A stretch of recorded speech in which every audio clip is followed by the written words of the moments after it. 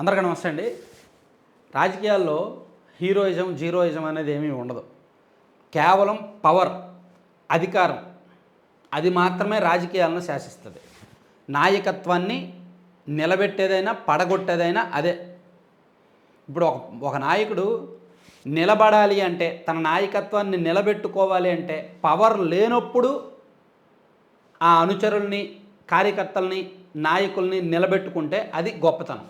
అటువంటి నాయకులు ఈ రోజుల్లో ఉన్నారా? పవర్ లేనప్పుడు.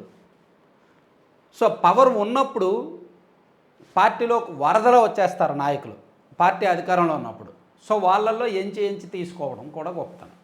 ఇదంతా ఎందుకు చెప్తున్నానంటే, ఇప్పుడు రాష్ట్రంలో చాలా చోట్ల ఎంపీటీసీలు, జెడ్పీటీసీలు, సర్పంచులు, కార్పొరేటర్లు తెలుగుదేశం పార్టీలోకి, జనసేనలోకి పొలోమని వచ్చేస్తున్నారు. ఎందుకు వస్తున్నారు?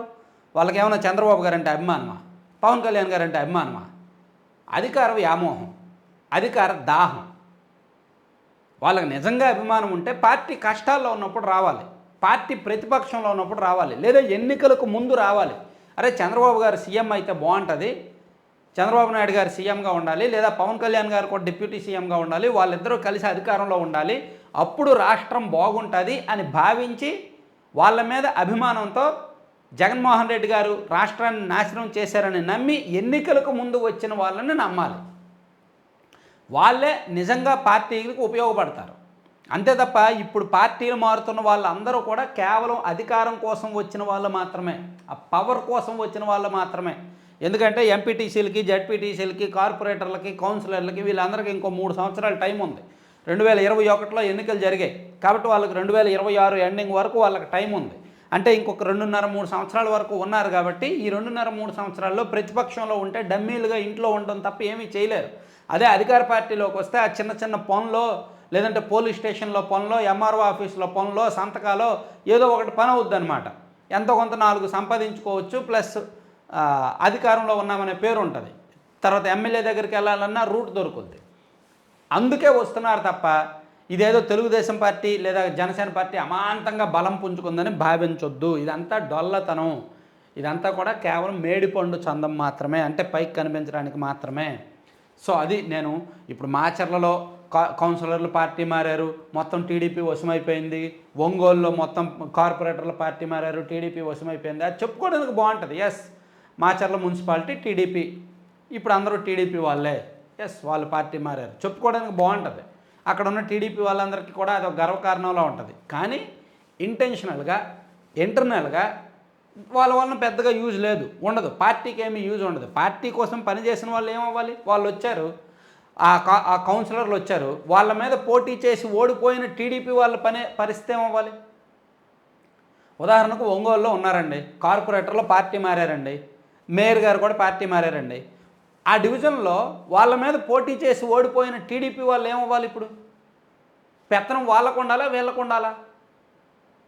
సో ఇప్పుడు పార్టీ మారితే ఏదో పేపర్లో రాసుకోవడానికో, భజన చేసుకోవడానికో బాగుంటుంది.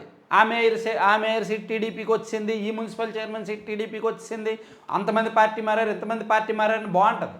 కానీ వాళ్ళ మీద పోటీ చేసి డబ్బులు పెట్టుకొని పోటీ చేసి ఓడిపోయి గత 2.5 ఏళ్ళలో 3 ఏళ్ళలో వాళ్ళకు ప్రత్యర్థులుగా ఉండి రాజకీయంగా టార్గెట్ అయిన వాళ్ళు ఇప్పుడు పార్టీ అధికారంలోకి వచ్చేసరికి సర్లే మా పార్టీ అధికారంలో ఉందని భావిస్తారు. అలా భావించే సమయానికి కరెక్ట్గా వాడి మీద ఎవడైతే గెలుస్తాడో వాడు పార్టీ మారడం వల్ల వీడికి మళ్ళీ పెత్తనం పోద్ది. అంటే ఓడిపోతే ఇంక పక్కకి వెళ్ళిపోయినట్టేనా? సో ఇది రాజకీయాలకు దరిద్రం అన్నమాట. ఈ పవర్ గేమ్ అనేది ఏదైతే ఉంటుందో రాజకీయాలకు దరిద్రం. సో ఇందులో రాజకీయాల్లో సెంటిమెంట్స్, ఎమోషన్స్, కనెక్షన్స్ ఏమీ ఉండవు. ఈ కల్చర్ ఎక్కువైపోయింది. వైసీపీ వాళ్ళు అధికారంలో ఉన్నప్పుడు దీన్ని ప్రవేశపెట్టారు. బలవంతంగా పార్టీ మార్పులు, ఇష్టం వచ్చినట్టు బలవంతంగా పార్టీలను మార్చేస్తారు, ప్రలోభ పెడతారు, భయపెడతారు, కేసులు అంటారు, అది అంటారు, ఇది అంటారు, వాళ్ళు మారిపోతారు. ఈ పవర్ గేము, పవర్ పాలిటిక్స్ అనేది వైసీపీ బాగా విస్తృతంగా చేసింది. సో దాన్ని ఇప్పుడు టీడీపీ వాళ్ళు కూడా ఇంప్లిమెంట్ చేస్తున్నారు.